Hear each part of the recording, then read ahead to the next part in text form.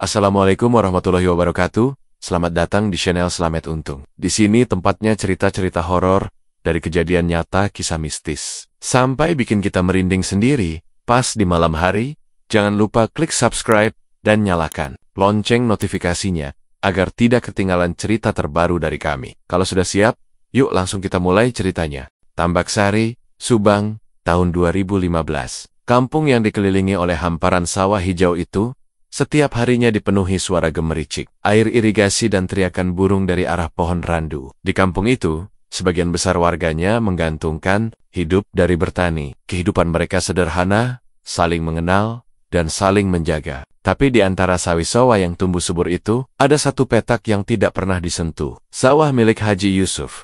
Sawah itu dibiarkan dipenuhi gulma dan semak tinggi. Bahkan saat musim ngarambet tiba, tak satu pun warga berani mendekat. Konon, terlalu banyak orang yang mendadak meninggal setelah bekerja di sana. Rahayu duduk di kursi kayu tua dekat jendela rumahnya. Di pangkuannya, dua anak kembarnya tertidur. Udara pagi yang biasanya segar terasa berat. Ia menatap suaminya, Dadang, yang sedang menyiapkan sepeda motor untuk berangkat kerja. Ayahnya, Mang Kadir, duduk di ruang tengah sambil meraut gagang cangkul. "Pak, itu sawah Haji Yusuf masih belum dibersihkan ya?" tanya Rahayu pelan. Mang Kadir hanya mendengus. "Iya, dan jangan ikut campur soal itu, Hayu. Orang bilang sawah itu angker," kata Rahayu lagi. "Bener, Pak." Mang Kadir berhenti meraut. Ia menoleh, menatap anak perempuannya lekat-lekat. "Kalau orang sudah main sama yang begituan, jangan kita coba dekat-dekat. Paham?" Sebelum Rahayu menjawab, terdengar suara ketukan pelan di pintu. Bu Endah yang sedang menyiapkan sarapan di dapur buru-buru berjalan ke depan. Ia membuka pintu dan terdiam. "Assalamualaikum," ucap suara berat dari luar. "Waalaikumsalam, Haji Yusuf." Bu Endah tampak bingung. "Maaf kalau saya ganggu pagi-pagi," kata Haji Yusuf sambil melangkah masuk. Tubuhnya besar, wajahnya bersih, tapi pandangannya dalam dan tak mudah dibaca. Mang Kadir berdiri. "Tumben Ji, ada angin apa pagi-pagi begini?" Haji Yusuf duduk tanpa dipersilakan. Ia menyeka keringat dari lehernya dengan sapu tangan putih. "Langsung saja, Dir. Saya butuh bantuanmu." "Maksudnya?" tanya Mang Kadir dengan nada datar. "Sawah saya belum dibersihkan, yang lain sudah bersih. Saya butuh orang yang saya percaya," kata Haji Yusuf. Suasana mendadak hening. Bahkan suara ayam dari belakang rumah seperti ikut diam. "Kenapa nggak suruh anak buah kamu yang biasa itu?" tanya Mang Kadir pelan. Haji Yusuf menatap lurus. "Sudah saya suruh, tapi nggak ada yang mau," katanya. "Takut." Mang Kadir tertawa, kecil, tapi suaranya dingin. "Wajar, Ji. Banyak yang mati setelah kerja di tempat kamu. Kamu pikir itu kebetulan? Saya minta tolong, Dir," ucap Haji Yusuf lebih pelan. "Saya tahu kamu nggak percaya omongan orang. Lagi pula kita kenal sejak muda." Dadang yang sedari tadi berdiri di luar masuk pelan. Ia memandangi Haji Yusuf tanpa menyapa. Rahu hanya diam, mendekap kedua anaknya lebih erat. "Janggen-janggen, kamu datang ke sini karena tahu saya susah," kata Mang Kadir.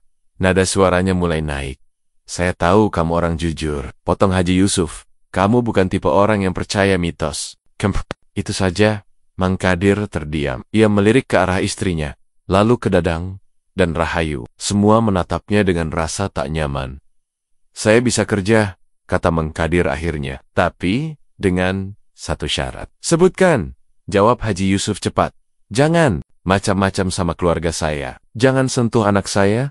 Jangan dekati cucu saya. Kalau sampai itu kamu langgar, saya yang bakal cari kamu," ujar Mang Kadir tegas. Wajah Haji Yusuf menegang sejenak, lalu mengangguk. "Saya janji, Dir, tak ada yang bicara setelah itu." Haji Yusuf pamit dengan singkat dan pergi. Pintu ditutup pelan oleh Bu Endah. Rumah kembali sepi, tapi hawa di dalamnya terasa berubah. "Kamu serius, Pak?" tanya Bu Endah pelan. "Serius," jawab Mang Kadir tanpa ragu. "Saya nggak takut sama orang, tapi saya takut kalau kita nggak bisa makan." Dadang menghela napas panjang. "Saya nggak srek, Pak. Tapi ya terserah. Saya cuma minta jangan libatkan Rahayu dan anak-anak." Rahayu hanya diam.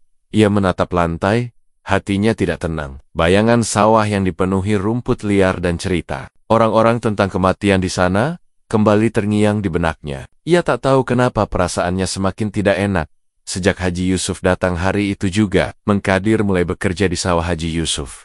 Ia berangkat pagi, membawa cangkul dan bekal seadanya. Sepanjang perjalanan, Tak ada satupun tetangga yang menegarnya. Semua hanya memandang dengan sorot mata aneh campuran heran dan takut. Tapi Mengkadir tetap berjalan, seolah sudah memutuskan sesuatu yang tak bisa dibatalkan di rumah. Rahayu membereskan piring sambil sesekali menengok keluar jendela. Suasana di luar rumah sepi, hanya suara angin yang menyentuh dedaunan pisang. Ia mencoba mengalihkan pikirannya, tapi rasa tidak enak itu tidak juga pergi.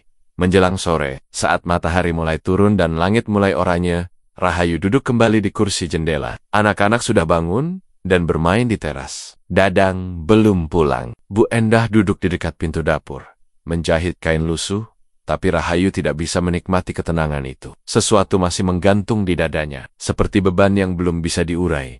Dan untuk pertama kalinya, Rahayu merasa takut pada sesuatu yang jealous, sesuatu yang entah berasal dari sawah, dari janji, atau dari diamnya orang-orang di kampung. Malam pertama setelah Mengkadir pulang dari sawah Haji Yusuf, suasana rumah terasa lebih senyap dari biasanya. Tak ada obrolan panjang atau suara radio yang biasanya menemani. Hanya suara nyamuk dan detak jam tua di dinding ruang tengah. Rahayu duduk diam di dekat dipan, menatap langit-langit. Tubuhnya terasa sedikit berat. Padahal tadi siang, ia tidak banyak beraktivitas. Dadang sudah tertidur lebih dulu, sementara anak-anak bermain di kasur lantai bersama Bu Endah. Mendekati waktu maghrib, perasaan Rahayu mulai tidak tenang. Ujung-ujung jari tangannya mulai dingin, lalu merambat ke seluruh tubuh. Ia menggigil, tapi bukan karena angin atau suhu udara. Peluhnya mulai keluar, membasahi bagian leher dan punggung. Ia menarik napas dalam-dalam, tapi napasnya terasa pendek. "Bu, kok badanku panas dingin ya?" bisiknya pelan sambil menghampiri ibunya. Bu Endah menoleh dan meraba kening Rahayu. "Kamu nggak demam, tapi kok keringetan begini?" "Nggak tahu, Bu. Badanku aneh, panas tapi dingin." "Udah, coba duduk dulu, tar, ku siapin air putih hangat." Saat Bu Endah ke dapur, Rahayu kembali duduk dekat lemari tua di kamar ayahnya. Ia mencoba menenangkan diri, mengatur napas, tapi dari sudut matanya, ia merasa seperti ada sesuatu yang berdiri. Pelan-pelan, ia menoleh ke arah pojok kamar. Sosok tinggi besar, berwarna merah, berdiri diam. Matanya menyala seperti bara, tak berkedip, menatap lurus ke arahnya. Sosok itu tidak bergerak, hanya menatap. Jantung Rahayu berdetak kencang. Tak bisa bicara. Tubuhnya seperti membeku. Ia memalingkan wajah sepet-sepet dan menutup mata. Keringatnya makin deras. Saat Bu Endah kembali, Rahayu langsung berdiri. Tadi ada orang di kamar Bapak," gumamnya gemetar. "Siapa?" tanya Bu Endah bingung. "Mana?" Rahayu menunjuk pojok ruangan. Tapi saat dicek, tak ada siapapun di sana. "Loh, gak ada orang?" Rahayu diam, Dadang bangun, dan mendekat. "Ada apa ribut-ribut?" tanyanya. "Rahayu katanya lihat orang di kamar bapakmu," kata Bu Endah. Dadang mengusap mata. "Lihat orang apaan? Ini rumah siapa yang mau masuk?" Rahayu masih berdiri gemetar, menatap pojok kamar yang sekarang kosong. Besar, merah, berdiri aja. Matanya nyala, bisiknya. Dadang menghela napas. "Kamu kecapekan, Hayu udah. Istirahat, jangan mikir aneh-aneh." "Aku nggak bohong, Kang. Aku lihat sendiri," kata Rahayu cepat. Dadang menepuk pundaknya. "Udah, istirahat, tar juga sembuh. Paling masuk angin." Rahayu tidak menjawab. Ia hanya duduk dan menunduk. Tak seorang pun percaya, tapi yang ia lihat benar-benar ada. Malam itu, Rahayu sulit tidur. Setiap kali memejamkan mata, bayangan sosok buta merah itu muncul kembali. Tubuhnya masih menggigil. Peluh dingin terus keluar. Ia pindah ke kamar orang tuanya, tidur di dekat anak-anak, takut untuk kembali ke kamar sendiri. Keesokan harinya, Mengkadir kembali ke sawah sejak pagi. Pulangnya sore menjelang maghrib. Saat ia masuk ke rumah, Rahayu sedang duduk memeluk lutut di dekat jendela. "Hayu, kenapa?" tanya Mengkadir saat melihat wajah putrinya pucat. Bu Endah menjawab pelan. "Dari tadi malam badannya panas dingin. Bilang lihat orang di kamar." "Orang?" ulang Mengkadir sambil menatap Rahayu. "Bukan orang, Pak. Sosok besar." Matanya merah nyala. "Berdiri aja, nggak gerak," jawab Rahayu dengan suara pelan. Mengkadir diam. Pandangannya mengarah ke luar jendela. Ia tahu anaknya tidak sedang mengada-ada. "Sebelum kamu lihat itu, kamu ngerasa apa?" tanyanya. "Pas azan maghrib, Pak. Badanku langsung dingin, tapi panas dari dalam." "Susah dijelasin," jawab Rahayu lirih. "Berarti mulai kemarin malam?" tanya Mengkadir lagi. Rahayu mengangguk pelan. Mengkadir menarik napas. sudah cukup. Besok kamu nggak usah tidur di kamar. Pindah ke sini aja, sama ibu. Bu Enda terlihat khawatir. Pak, jangan-jangan ini ada hubungannya sama... Udah, jangan sebut-sebut dulu.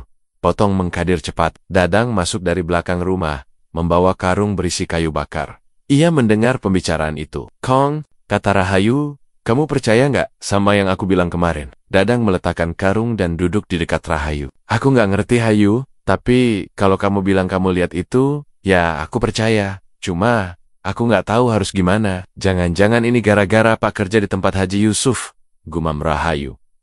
Semua diam, tak ada yang berani mengangguk, tapi tak ada juga yang membantah. Pak, ucap Rahayu pelan. Waktu Haji Yusuf datang, Pak udah bilang jangan ganggu keluarga kan? Mengkadir mengangguk. Udah, dia janji. Kalau dia langgar, Mengkadir berdiri. Kalau dia langgar, dia bakal tahu akibatnya. Langit di luar sudah mulai gelap. Azan maghrib berkumandang dari masjid kecil di ujung kampung. Angin yang masuk dari sela-sela bambu jendela membawa hawa dingin. Rahayu memeluk tubuhnya, kembali menggigil. Tapi dingin ini bukan dari angin, bukan juga dari sakit biasa. Ia menatap ke arah kamar ayahnya, lalu cepat-cepat mengalihkan pandangan. Sesuatu di sana belum pergi. Rahayu masih duduk di ruang tengah. Tubuhnya menggigil sambil menyandarkan kepala di bahu Bu Endah. Udara malam terasa semakin menekan, seolah satu rumah ikut menahan napas bersama ketakutannya. Sejak sosok itu muncul malam pertama, Rahayu tidak pernah tidur nyenyak lagi. Setiap maghrib hingga isya, buta merah itu muncul. Diam berdiri di pojok kamar ayahnya, lalu perlahan pindah berdiri di depan pintu kamarnya sendiri. Tidak bergerak, tidak berbicara, hanya menatap dengan mata merah yang seolah menyala dari dalam. Setiap kali Rahayu melihatnya, tubuhnya langsung lemas. Doa-doa yang ia baca menjelang tidur tidak mampu mengusir bayangan itu. Ia mencoba membaca ayat pendek yang diajarkan ibunya, tapi begitu mata dipejamkan, sosok itu muncul lagi. Ia sering terbangun dengan napas terengah-engah. Keringat dingin membasahi bajunya. Kadang ia bermimpi dirinya dikejar oleh makhluk besar dan hitam di sebuah hutan gelap. Tidak ada jalan keluar. Ia hanya bisa lari dan lari, sampai terbangun dalam keadaan lemas. Dadang tidak pernah benar-benar mempercayai cerita Rahayu. Ia menganggap itu hanya ketegangan karena terlalu lelah dan khawatir. Jangan dipikirin, Hayu. Nanti tambah jadi. Mikir yang baik-baik aja, ucapnya setiap malam. Tapi wajahnya juga mulai tampak khawatir, meski tak pernah ia tunjukkan secara terang-terangan. Dadang lebih memilih diam dan tidur lebih awal, membiarkan Rahayu bergelut sendiri dengan ketakutannya. Suatu malam, ketika suara azan maghrib belum selesai, buta merah itu kembali muncul. Kali ini berdiri tepat di depan pintu kamar. Lebih dekat dari Rahayu yang sedang duduk di lantai ruang tengah bersama anak-anak, langsung memeluk lututnya. Tubuh Niakoku tak sanggup menoleh. Ia bisa merasakan sosok itu hanya beberapa langkah darinya. Dadang yang baru pulang kerja menaruh tasnya dan langsung melihat ke arah istrinya. Kamu kenapa lagi? Tanya Dadang. Rahayu menunjuk dengan dagunya. Pelan, dia di situ, bisiknya. Dadang menoleh cepat. Tak ada siapa-siapa. Hanya pintu yang sedikit terbuka dan ruangan yang gelap di baliknya. Udahlah, Hayu, jangan nakut-nakutin anak-anak, keluh Dadang. Dia belum pergi dari semalam. Aku bisa ngerasa dia masih ada. Dadang mendekat dan mematikan lampu ruang tengah. Kita tidur di kamar belakang aja malam ini, biar kamu tenang. Tapi bahkan di kamar belakang, mimpi buruk tidak berhenti. Rahayu tetap diganggu. Tidak. Mimpinya, makhluk-makhluk besar dan tak berwajah berusaha menyeretnya. Suara lolongan dan desiran angin terus mengikuti dari belakang. Rahayu menjerit, tapi suaranya tidak keluar. Ketika terbangun, ia mendapati dirinya duduk di lantai sambil menangis pelan. Keesokan paginya, Rahayu tidak bisa menahan diri. Ia menceritakan semuanya kepada Bu Endah dan Mengkadir. Mulai dari penampakan pertama, perubahan suhu tubuhnya, mimpi-mimpi aneh, sampai rasa sesak yang datang setiap maghrib. Bu Endah langsung memeluk anaknya. Sementara Mengkadir menatap lenggit-lenggit rumah dengan rahang mengeras. Kenapa kamu nggak cerita dari awal, Hayu? Tanya Bu Endah cemas. Aku takut dibilang aneh. Suamiku aja nggak percaya. Mengkadir berdiri. Kita nggak bisa biarkan ini berlarut. Ibu, temani Hayu ke rumah Mak Rumjanah nanti sore. Mak Rumjanah yang di ujung kampung itu, Pak? Tanya Rahayu. Mengkadir mengangguk. Dia itu kakak ipar ibumu. Dulu pernah bantu waktu tetangga kita diganggu hal yang sama. Rahayu diam sebentar, lalu mengangguk pelan. Ia merasa tubuhnya makin lemah. Bahkan untuk berdiri lama pun sudah terasa berat. Wajahnya pucat, kantung, matanya menghitam. Anak-anak mulai bertanya, kenapa ibunya selalu tidur siang? Kenapa ibunya tidak ikut makan malam? Tapi Rahayu tidak bisa menjawab. Menjelang sore, Bu Endah menggandeng Rahayu menuju rumah Mak Rumjanah. Mereka berjalan melewati gang sempit, melewati pohon kelapa tua dan rumah-rumah berdinding bilik. Langit masih terang, tapi hawa di jalan itu seperti berbeda. Udara seolah lebih lembab, lebih berat. Mak Rumjanah tinggal di rumah sederhana, dengan halaman kecil dan pohon belimbing di depan. Ia sedang duduk di kursi rotan, sambil menumbuk daun sirih ketika mereka datang. Waalaikumsalam. Loh, Endah, Rahayu, masuk. Ayo. Mereka masuk ke dalam. Ruangan depan rumah itu penuh aroma kayu kering dan kemenyan yang samar. Setelah mendengar penuturan Rahayu dari awal, Mak Rumjanah menghela napas panjang. Ini bukan sakit biasa. Kamu lagi ditandai. Ucapnya pelan. Ditandai siapa, Mak? Tanya Bu Endah gelisah. Mak Rumjanah menatap ke arah jendela. Orang yang kamu anggap nggak akan ganggu anakmu. Rahayu menunduk. Dalam hatinya ia langsung tahu siapa yang dimaksud. Tidak perlu disebutkan namanya.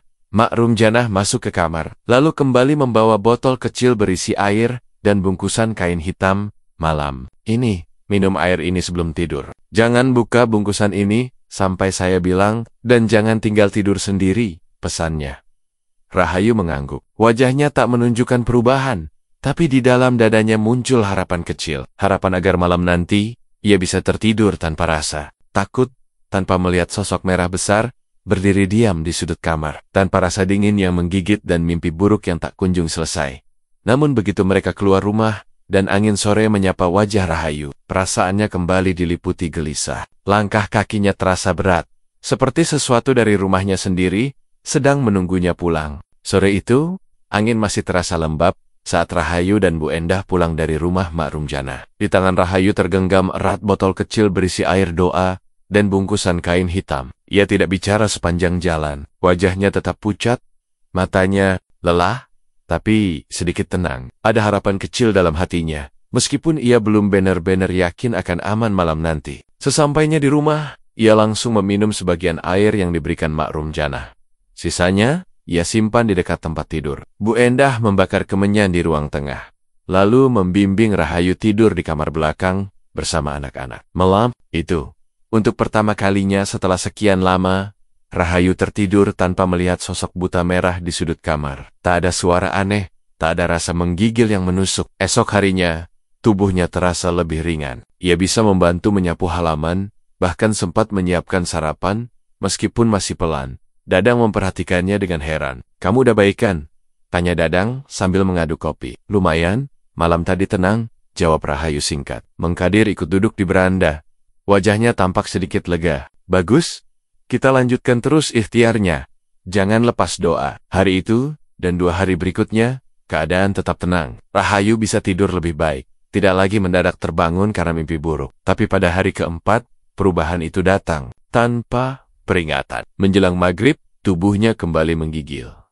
Udara di dalam kamar terasa panas dan sesak. Keringatnya keluar deras, padahal kipas angin menyala sejak siang. Ia duduk bersandar di dinding, napasnya pendek-pendek. Saat ia melirik ke pintu kamar ayahnya, sosok itu kembali muncul. Buta merah berdiri kaku di pojok ruangan, lebih dekat dari sebelumnya. Matanya tampak lebih besar, menyala terang, dan wajahnya tampak marah. Rahayu tak mampu bersuara. Tubuhnya lemas seketika, hanya bisa menatap lantai dan berharap sosok itu menghilang. Ia memejamkan mata arat-orat dan membaca apapun yang ia hafal dalam hati. Tapi buta itu tak bergerak, tetap menatapnya hingga azan Isya berkumandang. Setelah suara azan selesai, sosok itu perlahan menghilang, seperti larut dalam bayangan sudut kamar. Malam itu, Rahayu tidak berani masuk ke kamar sendiri. Ia kembali tidur di kamar ibunya, tapi ketakutannya belum reda. Saat subuh, ia terbangun dan merasa gelisah. Langkahnya menuju ruang tamu terasa pelan dan ragu. Ia melihat karpet plastik di dekat dipan sedikit terangkat. Tanpa berpikir panjang, ia membalik ujung karpet itu. Di bawahnya, seekor kumbang tanduk, berukuran besar merayap lambat.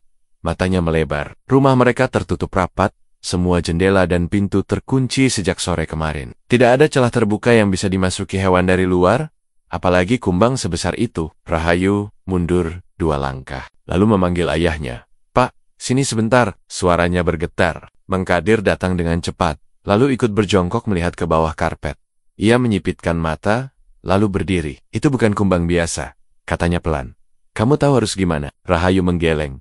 "Ambil korek, ambil kertas, kidepek, bakar sekarang," perintah Mang Kadir. Tanpa bicara, Rahayu mengambil korek gas dan kertas bekas dari dapur. Mang Kadir merobek kertas jadi beberapa bagian, menumpuknya di lantai, lalu menjepit kumbang tanduk itu dengan sendok besi. Ia meletakkannya di atas kertas, lalu menyulut api. Sambil bakar, baca ayat kursi 3 kali. "Bismillah dulu."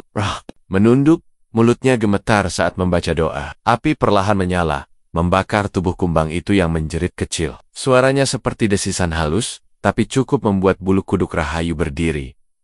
Api membesar sebentar, lalu padam. Bau hangus menyebar ke seluruh ruang tamu. "Kalau kamu nemu yang lain, jangan buang sembarangan, harus dibakar," ucap Mang Kadir pelan. Rahayu masih berdiri mematung. Dadang yang baru bangun, melihat dari kejauhan, dengan alis mengernyit. "Ada apa itu?" tanyanya. "Kumbang, tanduk, di bawah karpet," jawab Rahayu tanpa menoleh. Dadang mendekat. "Masuk dari mana nggak tahu. Rumah tertutup rapat." Dadang diam, lalu duduk di kursi. "Kamu mimpi aneh lagi tadi malam." Rahayu mengangguk. "Tapi yang ini nggak cuma mimpi." Dadang menatap lantai yang masih menghitam bekas terbakar. "Makanya, kita harus cari tahu lebih dalam. Ini nggak beres." Bu Endah masuk sambil membawa gelas. "Sudah saya bilang, ini bukan sakit biasa." Rahayu kembali duduk di lantai, napasnya masih berat. Tubuhnya mulai panas lagi. Ia tahu, gangguan itu belum pergi. Sosok merah itu mungkin tidak selalu muncul. Tapi kini ada yang lain, sesuatu yang lebih sunyi, lebih tersembunyi, dan tetap mengikutinya. Rumah yang beberapa hari lalu terasa tenang, kini kembali membawa hawa berat. Dinding-dindingnya seperti menyimpan sesuatu yang tidak terlihat. Ia mencoba menenangkan diri, tapi rasa takut itu datang lagi, perlahan tapi pasti. Di luar Rama, suara ayam jantan mulai terdengar. Matahari belum sepenuhnya naik, tapi di dalam rumah, waktu terasa lambat.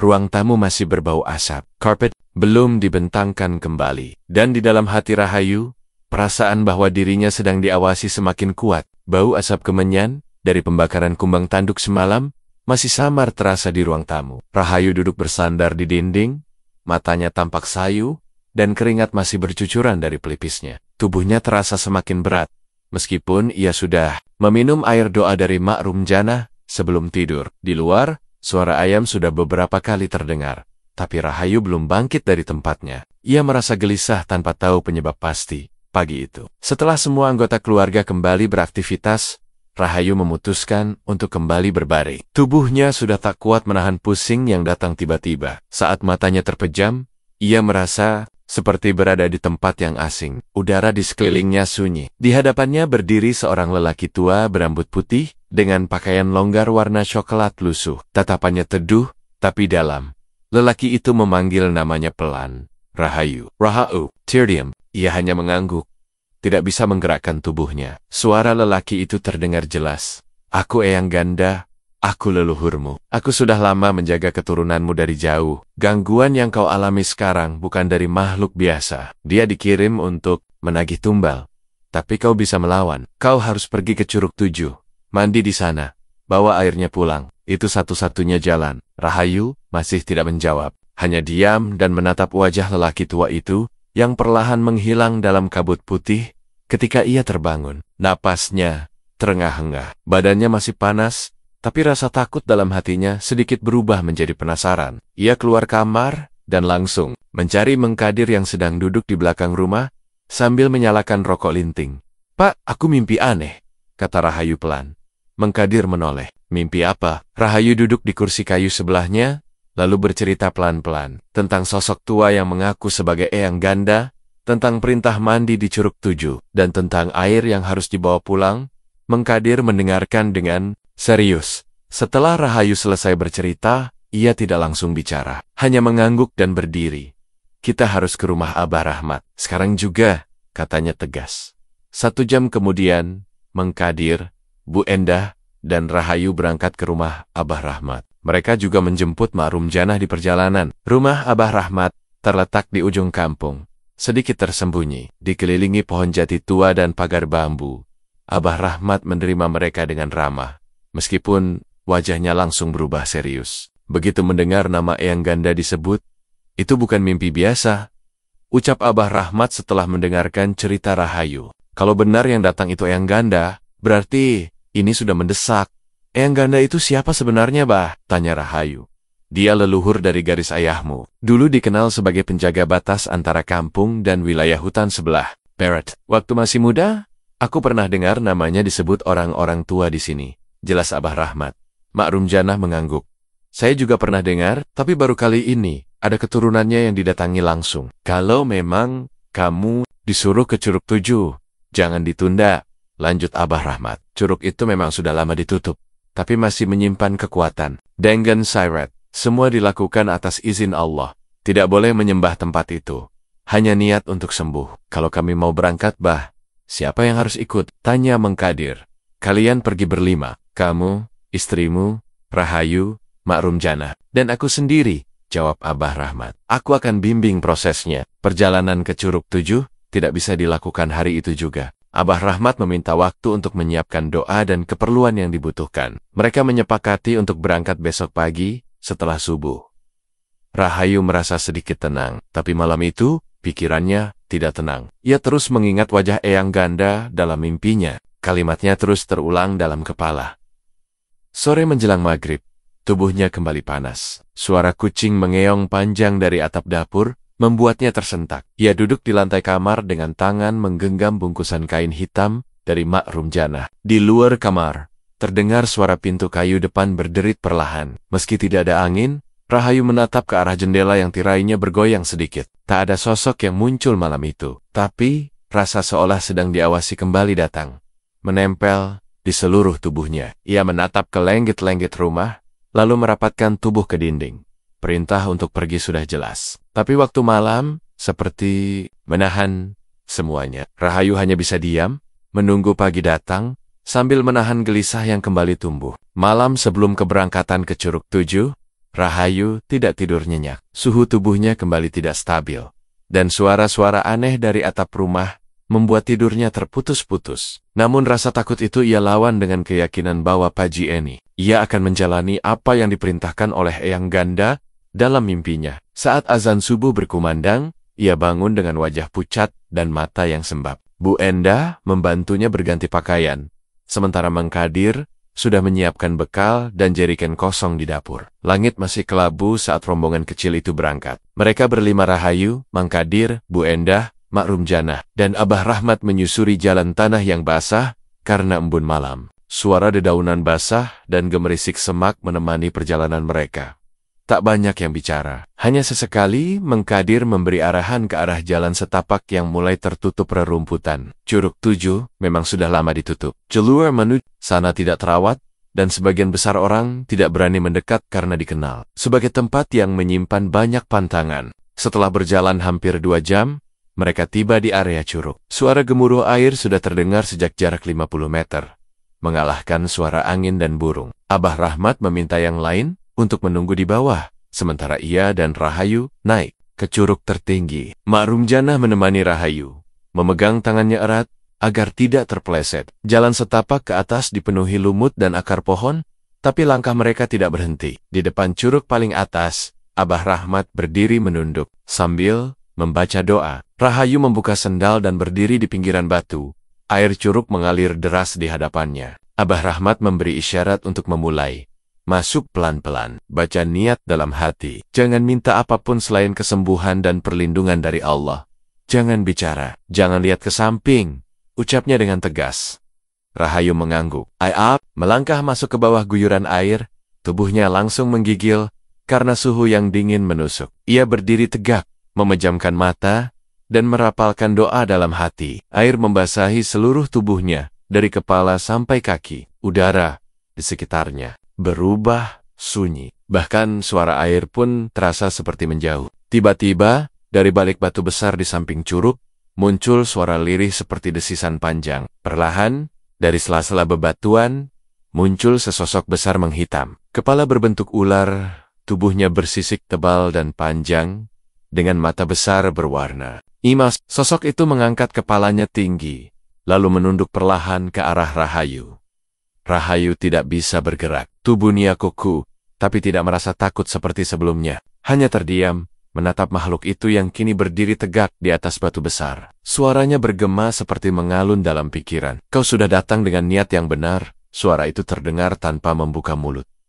Aku penjaga air ini. Aku tahu siapa yang mengganggumu. Aku tahu siapa yang mengikat rantai yang kini menjerat jiwamu. Rahayu menunduk.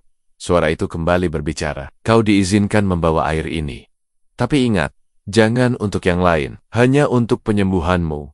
Jangan sia-siakan kesempatan ini. Seketika, sosok naga itu mundur ke balik batu. Ia tidak menghilang dalam cahaya, tidak larut dalam asap. Ia masuk perlahan ke celah sempit di antara bebatuan, lalu tidak terlihat lagi. Rahayu berdiri lama di bawah air curug. Abah Rahmat lalu memberi isyarat agar ia segera keluar. Tubuhnya bergetar saat melangkah keluar dari arus air, tapi wajahnya tampak tenang. Makrum Janah langsung membungkus tubuhnya dengan selimut kering. Sudah selesai? Tanya Abah Rahmat. Rahayu mengangguk. Saya melihatnya, Bah. Abah Rahmat tidak bertanya lebih lanjut. Ia mengambil jeriken yang sudah dibersihkan, lalu mulai mengisinya dengan air curug dari saluran kecil di pinggir.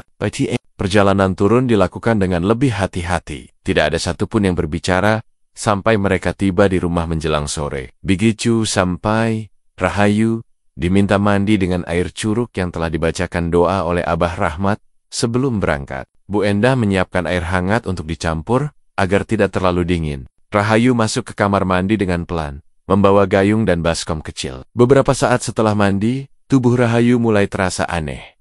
Ia merasa lemas luar biasa. Seluruh sendi nyerinya seperti ditusuk-tusuk. Dadanya sesak, dan keringat dingin kembali membasahi punggung. Ia berbaring di kamar belakang, tidak bisa banyak bicara. Matanya mengarah ke langit-langit, tapi pandangannya tidak fokus.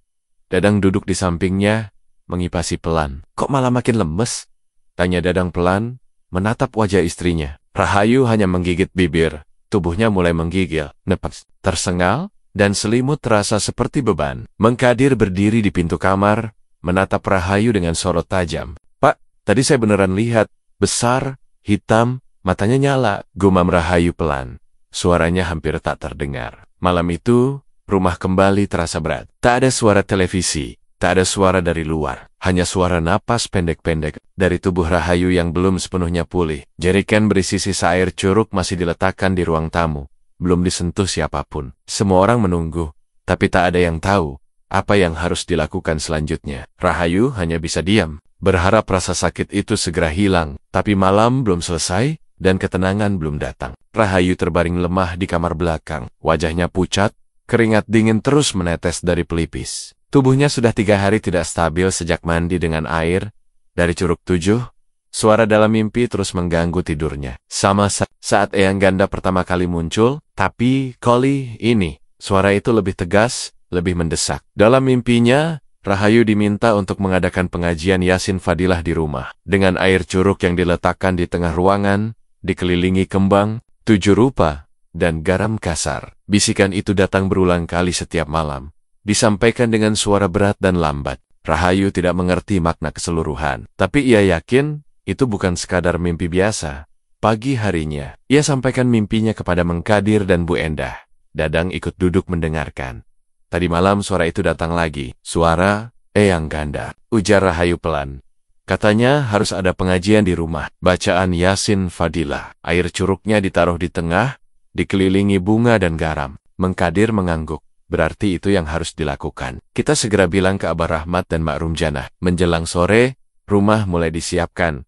Karpet digelar di ruang tamu. 1 baskom air curug diletakkan di tengah lingkaran. Di sekelilingnya, Makrum Janah menaburkan kembang 7 rupa, lalu menyebarkan garam kasar membentuk garis melingkar. Ruangan itu menjadi titik utama malam itu. Tak ada televisi dinyalakan. Tak ada radio atau suara lain selain suara napas orang-orang yang sibuk menyiapkan tempat menjelang Isya. Para santri yang diundang mulai berdatangan.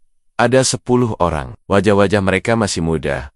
Sebagian belum sampai 20 tahun. Mereka datang dengan membawa kitab kecil masing-masing dan duduk bersila mengelilingi air curug. Abah Rahmat duduk paling depan. Di sebilanya, Makrum Janah membawa tas berisi beberapa lembar kertas dan botol minyak zaitun. Rahayu duduk di dekat pintu, tubuhnya masih lemas. Dadang berada di sampingnya, siap membantu kapanpun dibutuhkan. Abah Rahmat membuka pengajian dengan salam pelan, lalu mulai membacakan doa pembuka. Suasana ruangan perlahan berubah. Udara menjadi lebih sunyi dari biasanya. Rumah itu seperti terputus dari suara luar. Para santri mulai melantunkan bacaan Yasin bersama-sama. Suaranya tidak keras, tapi cukup memenuhi seluruh ruang tamu. Menunduk, menutup matanya sambil menggenggam kain hitam, pemberian Makrum Janah. Napasnya pelan, tapi dadanya terasa berat. Baru saja ayat ke-6 dibaca, suara aneh terdengar dari luar rumah. Suara jeritan panjang seperti orang kesakitan, lalu diikuti suara gaduh seperti banyak langkah kaki berlari di halaman. Mengkadir yang duduk di dekat jendela, menoleh cepat, lalu bangkit dan mengintip keluar. Tapi halaman rumah kosong, tak ada satupun orang di luar sana. Para santri sempat terdiam, tapi Abah Rahmat memberi isyarat untuk melanjutkan bacaan. Mereka kembali membaca, tapi kali ini dengan irama yang lebih cepat. Wajah-wajah mereka mulai tegang. Beberapa dari mereka saling melirik, dan salah satu santri bernama Wawan mulai gelisah. Ia duduk di pojok dekat pintu kamar Mang Kadir yang terbuka sedikit. Tanpa sengaja, matanya melihat ke dalam kamar itu. Tiba-tiba tubuhnya kaku. Matanya membesar. Wajahnya pucat seketika. Wawan melihat sosok buta merah berdiri tegak di pojok kamar. Menatap lurus ke arah dirinya. Matanya menyala. Tubuhnya besar dan tidak bergerak sedikit pun. Wawan langsung menunduk. Bibirnya bergetar. Kitab Yasin yang ia pegang terlepas dari tangannya dan jatuh ke lantai. Abah Rahmat menghentikan bacaan dan memandang Wawan. Lanjutkan bacaannya. Jangan diam, ucapnya tegas. Semua kembali membaca. Suara mereka kali ini lebih kuat, tapi tetap terjaga.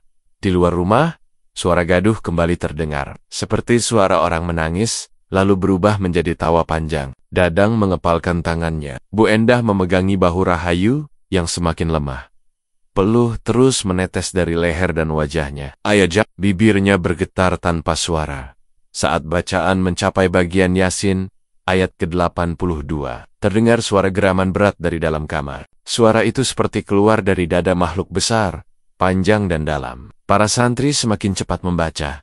Beberapa dari mereka mulai berkeringat. Suara lantunan Yasin Fadilah menabrak udara yang penuh tekanan, seolah melawan sesuatu yang tidak tampak. Wawan masih menunduk. Tubuhnya bergetar. Makrum Janah duduk mendekatinya, membisikkan doa ke telinganya. Wawan mengangguk pelan, lalu mengambil kembali kitabnya. Perlahan ia ikut membaca. Meskipun suaranya masih bergetar ketika bekon memasuki bagian penutup, ruangan tiba-tiba terasa lebih panas. Udara menjadi berat. Rahayu menggenggam tangan ibunya. Tubuhnya seperti terbakar dari dalam. Tapi ia tidak pingsan, tidak menjerit. Ia bertahan, menggigit bibir agar tidak menangis. Matanya terpejam kuat, dan seluruh tubuhnya menggigil. Setelah doa penutup selesai dibaca, Abah Rahmat berdiri. Ia mengambil botol kecil berisi air doa, lalu mendekati baskom air curug. Ia membacakan doa pelan, lalu mencampurkan air doa ke dalam baskom. Ia mengambil sejumput garam kasar, lalu melemparkannya ke setiap sudut ruangan. Sampai di sini dulu. Malam ini jangan tidur terpisah, ucapnya pelan. Para santri perlahan berdiri. Wajah mereka tegang. Sebagian masih menunduk. Abah Rahmat memberi arahan singkat sebelum mereka pulang. Wawan hanya duduk diam, menatap lantai. Dadang memeluk bahu istrinya, masih terdiam di luar rama. Udara masih lembab. Halaman gelap tanpa suara. Tapi di dalam, sesuatu terasa berbeda. Seperti ada yang terlepas, tapi belum pergi sepenuhnya. Rahayu masih duduk di tempatnya. Matanya terbuka, menatap baskom air yang masih berdiri di tengah ruangan. Dan malam belum benar-benar berakhir. Rahayu masih terduduk di tempat yang sama setelah pengajian usai. Ruang tamu mulai kembali tenang. Tapi tubuhnya masih panas, dan keringat belum berhenti mengalir. Seluruh pakaian yang ia kenakan basah, bukan karena air, tapi karena keringat. Dingin yang terus keluar sejak bacaan Yasin Fadilah bergema. Dadang memegangi pundaknya dari belakang. Sementara Bu Endah mengelap wajahnya pelan dengan handuk kecil. Abah Rahmat berdiri di dekat baskom air curug. Wajahnya tampak serius, tapi tidak cemas. Ia membuka kain penutup yang masih tersisa di baskom, memandangi sisa air yang bercampur kembang 7 rupa dan garam kasar. Dengan suara tenang, ia memanggil Makrum Janah. Mak, bawa Rahayu ke belakang. Sekarang, waktunya dimandikan. Mak Rumjanah mengangguk, lalu perlahan membantu Rahayu berdiri. Kakinya sempat goyah, tapi setelah beberapa langkah, ia mulai stabil. Dadang ikut menemani sampai pintu dapur, kemudian berhenti. "Awas pelan-pelan, Hayu," bisiknya. Mak Rumjanah memapah Rahayu, melewati ruang tengah dan dapur kecil menuju kamar mandi. Lampu bohlam kuning menggantung rendah, cukup menerangi lorong yang sempit itu. Saat Rahayu melewati ambang pintu kamar mandi, langkahnya terhenti. Matanya menatap lurus ke depan. "Mak," bisiknya lirih. "Ada apa?" tanya Mak Rumjanah pelan. Rahayu menunjuk dengan dagu ke arah kamar mandi. Dalam sepersekian detik sebelumnya, ia melihat kilatan cahaya putih kebiruan melesat cepat keluar dari kamar mandi. Arah cahaya itu mengarah ke kamar tidurnya, di ujung lorong. Gerakannya cepat, tapi cukup terang untuk membuat Rahayu terdiam kaku. Beberapa detik, Mak Rumjanah melihat ke arah yang sama, tapi tak melihat apa-apa. "Apa yang kamu lihat?" "Ada cahaya, warna biru, putih, besar." Keluar dari kamar mandi, Mak Rumjanah tidak menjawab. Ia hanya menarik napas dan mempererat genggamannya di lengan Rahayu. "Sudah, masuk sekarang. Jangan dipikirkan." Raj duduk perlahan di lantai kamar mandi. Mak Rumjanah menuangkan air dari baskom besar ke dalam ember, mencampurnya dengan air hangat agar tidak terlalu dingin. Air itu masih mengandung kembang dan sisa garam. Aroma yang samar-samar dari kembang 7 rupa bercampur dengan hawa lembab khas kamar mandi lama yang berdinding semen kasar. "Cuci muka dulu, ya, lalu pelan-pelan siram ke kepala," kata Mak Rumjanah sambil menyodorkan gayung. Rahayu memejamkan mata dan menyiramkan air pertama ke wajahnya. Dingin tapi terasa menyegarkan. Air berikutnya ia siramkan ke kepala, leher, lalu pelan-pelan ke seluruh tubuh. Setiap guyuran membuat tubuhnya lebih ringan. Nafasnya perlahan teratur. Sensasi berat dan panas yang ia rasakan selama beberapa hari terakhir mulai menurun. Mak Rumjanah memperhatikannya tanpa bicara. Rahayu terus menyiram tubuhnya dengan tenang. Tangan yang semula gemetar, kini mulai kokoh menggenggam gayung. Ia melanjutkan tanpa dibantu, seolah tubuhnya tahu bahwa inilah yang dibutuhkan. Setelah beberapa menit, air di ember hampir habis. Rahayu mengusap wajahnya sekali lagi, lalu menarik napas dalam. "Mak, badanku udah nggak berat," bisiknya. Mak Rumjanah tersenyum kecil. "Alhamdulillah, kalau sudah selesai, ganti pakaian yang kering, ya, nanti kita ke depan." Rahayu berdiri dan berjalan pelan keluar kamar mandi. Di dekat pintu dapur, Dadang sudah menunggunya dengan handuk dan baju ganti. Ia membantu Rahayu berganti pakaian di ruang belakang. Setelah itu, mereka kembali ke ruang tamu.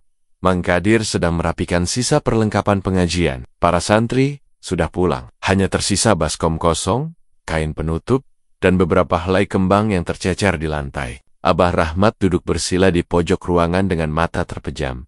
Saat Rahayu masuk, ia membuka mata. "Gimana rasanya?" tanyanya langsung. Rahayu duduk perlahan di samping suaminya. "Ringan, Bah. Nggak panas lagi. Nggak sesak." Semyo Yang ada di dalam ruangan mengangguk pelan. Bu Endah menatap anaknya dengan mata berkaca-kaca. Dadang menatap wajah istrinya, lekat-lekat, seperti memastikan bahwa semua ini bukan hanya hayalan. Abah Rahmat berdiri dan mendekat. Ia menatap Rahayu beberapa saat sebelum berbicara. "Kalau tubuhmu sudah ringan, itu tandanya ikatan yang mengganggumu mulai lepas. Tapi belum semuanya selesai. Malam ini tetap tidur di kamar belakang. Jangan sendirian. Jangan buka kamar depan dulu." Rahayu mengangguk. "Malam ini, rumah kalian akan diam. Tapi diam belum tentu berarti bersih sepenuhnya," tambah Abah Rahmat dengan nada lebih pelan. Mak Rumjanah menggelar tikar tambahan di ruang tengah untuk tempat tidur bersama. Mereka sepakat tidak akan tidur sendiri-sendiri malam ini. Orang tidur di tempat yang sama. Lampu ruang tengah dibiarkan menyala. Baskom kosong diletakkan kembali di bawah meja, tapi kembang dan garam tidak dibuang. Dibiarkan mengering di tempatnya. Rahayu berbaring di samping ibunya. Dadang tidur di sisi luar, menghadap ke arah pintu depan. Malam sudah larut, suara jangkrik terdengar lebih jelas. Tak ada angin, tak ada hujan. Rumah itu seolah kembali menjadi rumah biasa. Tapi Rahayu belum benar-benar tenang. Cahaya kebiruan tadi belum hilang dari pikirannya. Ia menatap lengget-lengget bambu di atasnya, sambil bertanya-tanya dalam hati. Yang sebenarnya baru saja keluar dari kamar mandi itu, dan kenapa ia melihatnya sebelum mandi? Cahaya lampu di ruang tengah masih menyala redup ketika semua orang tertidur. Rahayu terbangun 2 kali malam itu. tapi tubuhnya tidak terasa panas lagi. Nafasnya juga tidak sesak. Ia masih berbaring di tikar bersama Mak Rumjanah dan Bu Endah. Dadang yang tidur di sisi luar masih pulas, sesekali mendengkur pelan. Pagi harinya, suasana rumah lebih tenang. Rahayu duduk lama di depan pintu dapur, sambil memegang gelas teh yang tak disentuh. Matanya menatap kosong ke halaman kecil yang basah sisa gerimis semalam. Tubuhnya memang terasa lebih ringan, tapi pikirannya belum damai sepenuhnya. Skeleton, cahaya putih kebiruan yang ia lihat semalam masih mengganggu di kepala. Dadang datang menghampiri, sambil membawa piring berisi pisang goreng. Makan dulu. Hayu, biar kuat, ujarnya lembut. Rahayu mengangguk pelan, tapi belum menjamah makanan. Dadang duduk di sebelahnya, diam beberapa saat sebelum akhirnya bicara lagi. Kemarin itu, aku lihat sendiri, waktu Wawan gemeteran, waktu Abah baca doa. Aku salah karena nggak percaya dari awal. Sudah, potong Rahayu, pelan. Yang penting sekarang kamu percaya. Dadang mengangguk. Mereka duduk dalam diam. Hanya suara ayam, tetangga dan sesekali angin lewat menyapu halaman. Sore itu, setelah salat asar, Rahayu memberanikan diri kembali tidur di kamarnya. Sudah lebih dari sepekan ia mengungsi ke kamar orang tuanya. Dadang membereskan ranjang, mengganti spray dan bantal. Lalu meletakkan Al-Quran kecil di atas meja dekat kasur. Nanti kalau mimpi buruk lagi, bangunin aku langsung ya, ujar Dadang sebelum keluar kamar. Rahayu tidak menjawab. Ia hanya berbaring menghadap tembok, memandangi rak buku kecil yang isinya hanya sisi-sisi buku pelajaran lama. Kamarnya bersih, tidak ada bau aneh, tidak ada bayangan di pojok, tapi entah kenapa, udara di dalam terasa berat. Siala edesis dari sesuatu yang belum pergi sepenuhnya. Malamnya, Rahayu tidur lebih awal. Dadang masuk belakangan setelah membereskan dapur bersama Bu Endah. Mereka tidur bersebelahan, tidak banyak bicara. Jam 2 dini hari, Rahayu terbangun. Tidak ada suara, tidak ada gerakan, tapi tubuhnya kaku. Ia merasa ada yang memperhatikannya dari pojok dekat lemari. Ia membuka mata perlahan.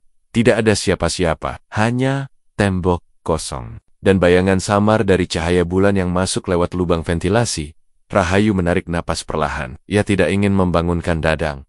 Tapi rasa tidak nyaman itu tidak juga hilang. Ia menggeser selimutnya, lalu duduk di ranjang. Matanya menatap ke arah pojok itu lagi. Tak ada apapun, tapi dadanya tetap sesak. Seolah mata batinnya tahu ada sesuatu yang masih tinggal. Pagi harinya, Rahayu bercerita kepada Mak Rumjanah. Waktu aku buka mata, nggak ada siapa-siapa, Mak. Tapi rasanya kayak dilihatin dari pojok lemari itu. Mak Rumjanah langsung berdiri. Kita panggil Abah Rahmat sore ini. Nggak bisa dibiarkan, walau cuma perasaan, tapi rasa kayak gitu biasanya bukan datang dari pikiran kosong. Sore harinya, Abah Rahmat kembali datang. Ia duduk di ruang tamu sambil membawa tas kecil berisi air botol, garam, dan beberapa bunga. Gimana rasanya sekarang? Tanya Abah Rahmat kepada Rahayu. Rahayu menunduk. Badan sudah enakan, Bah. Tapi setiap malam, saya ngerasa ada yang lihat. Kadang keringat dingin, kadang susah tidur, tapi nggak ada yang muncul. Abah Rahmat mengangguk pelan. Ia membuka botol air yang dibawanya, lalu menuangnya ke dalam baskom yang sudah disiapkan Mak Rumjanah. Kalian harus tahu satu hal, katanya kemudian, menatap Mengkadir dan Dadang. Kadang, maklek-maklek, gaib yang diutus untuk pesugihan, tidak langsung pergi, meskipun ikatannya diputus. Mereka punya dendam. Dendam karena tumbalnya gagal. Dendam karena perjanjian dilanggar. Dan dendam itu bisa numpang tinggal, bersembunyi, di sela-sela rumah, di benda, bahkan di celah pikiran yang masih takut. Semua orang di ruangan itu terdiam. Buta merah itu bukan cuma penampakan. Dia bagian dari penjaga, lanjut Abah Rahmat, penjaga tumbal. Dan biasanya dia tidak akan berhenti sebelum puas.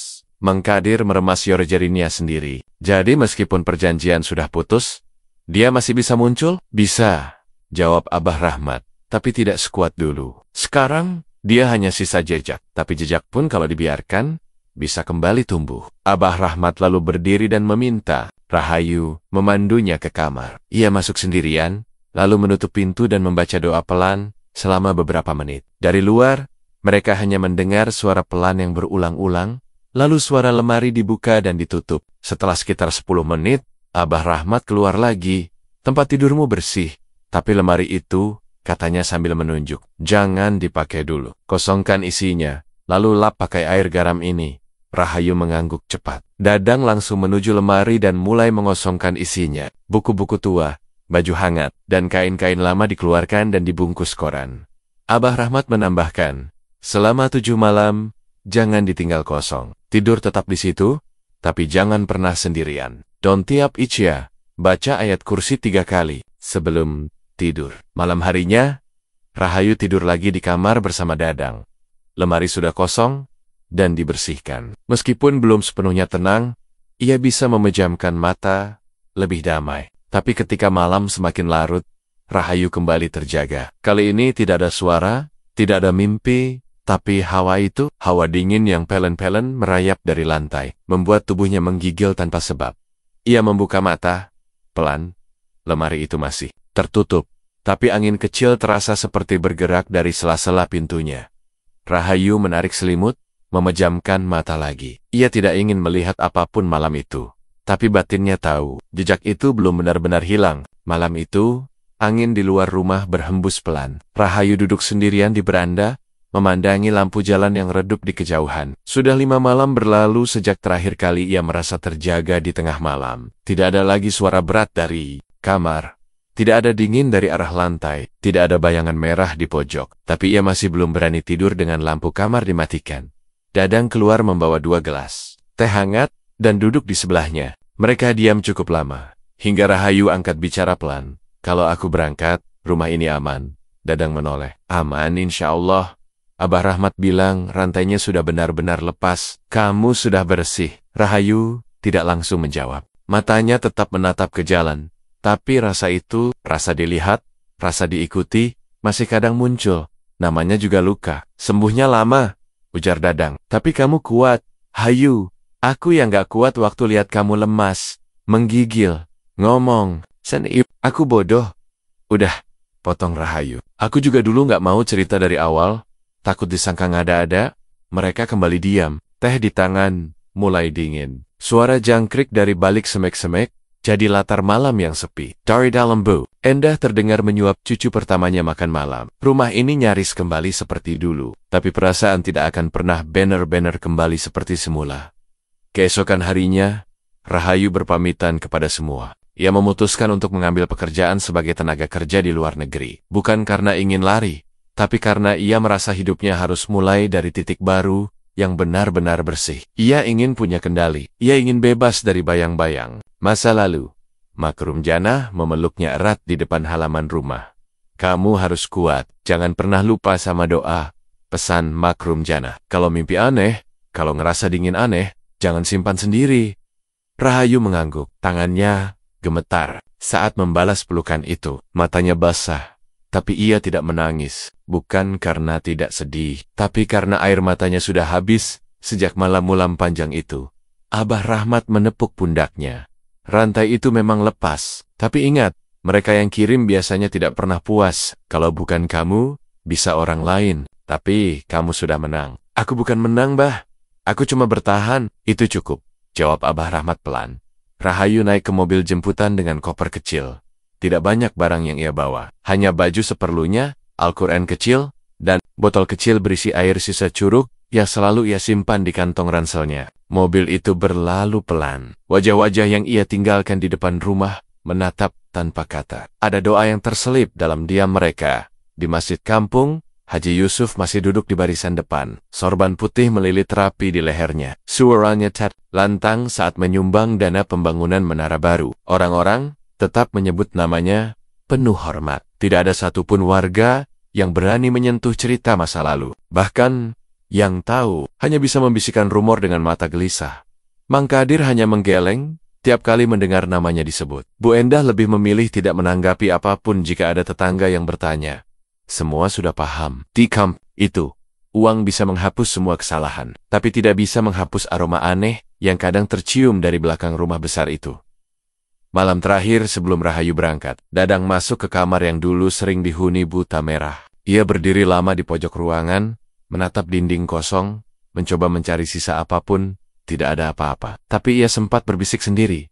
Kalau kau masih ada, jangan ganggu dia lagi. Kau sudah gagal. Lalu ia menutup pintu dan keluar membiarnya. Terkunci dari luar, di dalam pesawat yang membawa Rahayu meninggalkan tanahnya, Ia duduk dekat jendela. Matanya menatap awan yang memutih. Di pangkuannya, tangannya menggenggam erat sebuah gelang kecil yang dibuat dari benang merah dan butiran kayu. Gelang itu ia temukan di bawah kasurnya 3 hari setelah mandi air curug. Tidak ada yang tahu dari mana asalnya. Tapi ia tahu, itu bukan dari orang rumah. Ia tidak pernah membuangnya. Ia simpan sebagai pengingat, bukan tentang rasa takut, tapi tentang perjuangan yang tidak terlihat siapapun. Saat pramugari meminta, sabuk pengaman dikencangkan, Rahayu menutup matanya. Dalam batinnya, ia tahu semua mungkin tidak akan pernah benar-benar hilang. Tapi satu hal yang pasti, ia sudah tidak menjadi tumbal siapapun. Ia berdiri di atas jalannya sendiri, dan di dalam dirinya, suara yang ganda masih ia ingat jelas, tegas tapi tenang. Berbisik dalam hati, kau sudah memilih hidupmu sendiri. Jangan biarkan siapapun mengambilnya lagi. Pesawat perlahan naik, meninggalkan tanah yang dulu hampir menelannya. Rahayu tidak menoleh ke belakang. Tidak perlu, karena meskipun bayangan itu mungkin masih tinggal, rantainya sudah benar-benar putus. Dan dari dalam dirinya, tidak ada lagi ruang yang akan ia beri untuk rasa takut. Cukup sudah, cukup. Terima kasih telah menyimak kisah ini hingga akhir. Di dunia yang tampak tenang, kadang tersimpan jeritan yang tak terdengar, perjanjian yang tak terlihat, dan luka yang tak sembuh oleh waktu. Semoga cerita ini membuka mata, hati, dan keberanian kita untuk tidak menutup mata terhadap kebenaran segelap, apapun bentuknya, bagi yang pernah menjadi korban. Semoga kalian kuat, bagi yang pernah diam, semoga kalian sadar. Dan bagi yang pernah menyakiti, ingatlah, doa yang terzalimi tidak pernah tertolak. Wassalamualaikum warahmatullahi wabarakatuh.